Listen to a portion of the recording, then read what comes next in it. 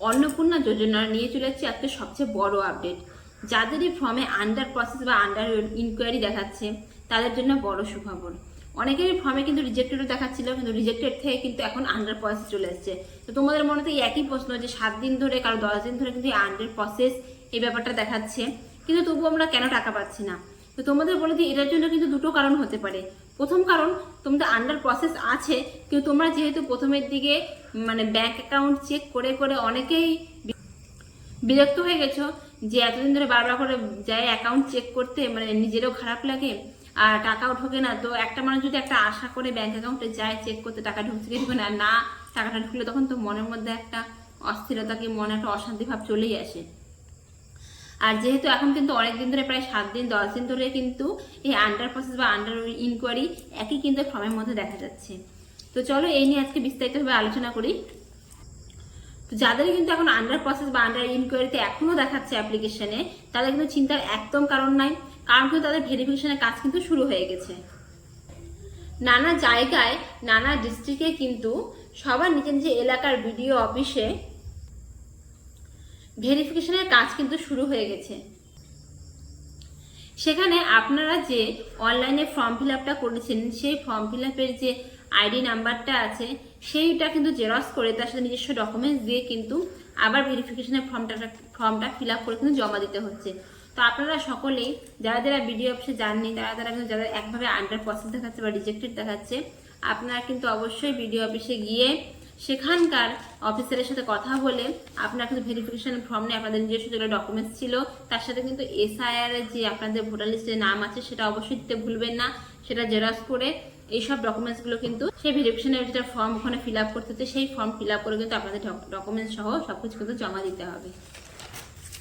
তাহলে কিন্তু আপনাদের ভেরিফিকেশন করার পর যেটা আপনাদের ফর্মের মধ্যে ওনাদের যেটা ডাউট বা ভেরিফিকেশন করে ওটারা রেখে দিয়েছেন যে ওটাকে আবার যাচাই করতে হবে, তো আপনার যে ফর্মটা বা ডকুমেন্টসগুলো জমা দেবেন এতে কিন্তু ওনারা একবারে ক্লিয়ার হয়ে যাবে। যেসব আধিকারিকরা আপনাদের ফর্ম ভেরিফিকেশন করছে ওনাদের জন্য কিন্তু সুবিধা হবে আপনাদের ফর্মটা যাচাই করা, যে আপনারা সত্যিকারেরই টাকা পাওয়ার যোগ্য কি যোগ্য না।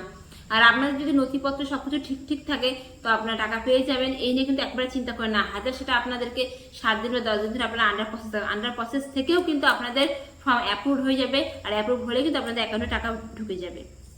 কিন্তু আবার এটা ভাবেন না অনেকে যে আমার তো 7 দিন বা 10 দিন ধরে আন্ডার প্রসেসেই আছে আর ফর্ম অ্যাপ্রুভও হচ্ছে না, তাও কিন্তু টাকা ঢুকে যাওয়ার পুরো সম্ভাবনা রয়েছে।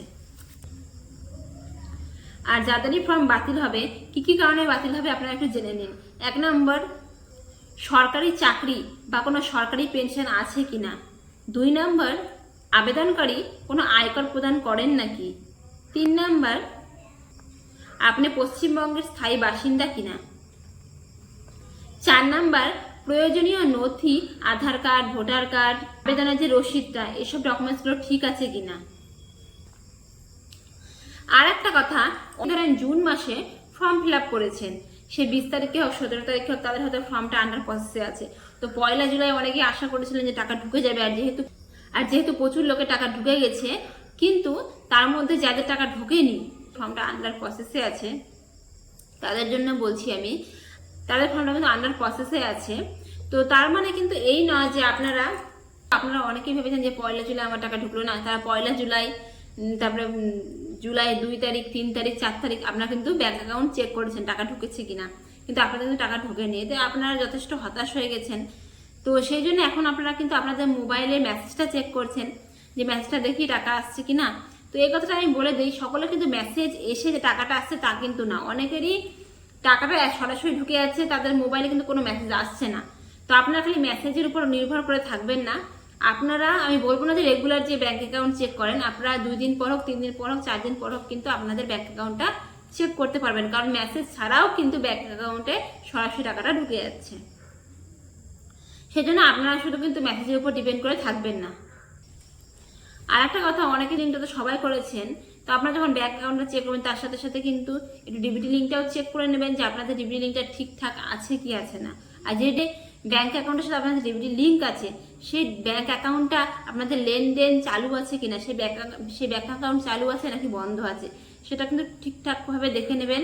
আর ডিবিটি লিঙ্কটাও ঠিকঠাক আছে কিনা এটাও কিন্তু ভালো করে চেক করে নেবেন। আর যাদেরই ফর্মে কোনো ভুল আছে তাদের জন্য কিন্তু এটা বড় সুখবর, একটা কিন্তু এডিট অপশান চলে এসেছে। তো আমি যাদেরই ভাবছেন যারা ফর্ম ফিল আপ করতে হয়তো কোনো নামের স্পেলিংয়ে বা হয়তো কোনো নাম্বারে কোনো কিছু দিতে ভুল হয়েছে, তো আপনারা কিন্তু এইটা বিডিও অফিসে গিয়ে জানান। কারণ বিডিও অফিসে যে অফিসাররা আছে তারা কিন্তু ইনকোয়ারি অফিসার লগ ইনে কিন্তু তারা সার্চ করে ওনাদের কিন্তু পোর্টাল খুলে গিয়েছে। ওনারা কিন্তু সেই পোর্টালে অফিসারের যেটা পোর্টাল থাকে সেই অফিসারের পোর্টালে কিন্তু ওনারা আপনাদের আইডি অ্যাপ্লিকেশন দিয়ে আপনাদের যেখানে ভুল হয়েছে সেখানে কিন্তু এডিট অপশান করে সেটা কিন্তু কারেকশন করে দিতে পারবে। তো এই জন্যই বলবো যাদেরই আপনারা ভাবছেন যে আমার ফর্মে এই জায়গাটা ভুল হয়েছে, আপনারা জানতে পারছেন যে আমার এই জায়গাটা ভুল হয়েছে কিন্তু আমি ঠিক কী করে ঠিক করব, তো আপনাদের মনে যদি সেই সমস্যা থাকে আপনারা অবশ্যই কিন্তু এই সমস্যা নিয়ে বিডিও অফিসে যান। তাহলে কিন্তু ওনাদের যে অফিসার আছে ওনাদের সাথে ঠিক করে কথা বলেন, ওনারা কিন্তু আপনাদের সমস্যার সমাধান করে দিতে পারবে।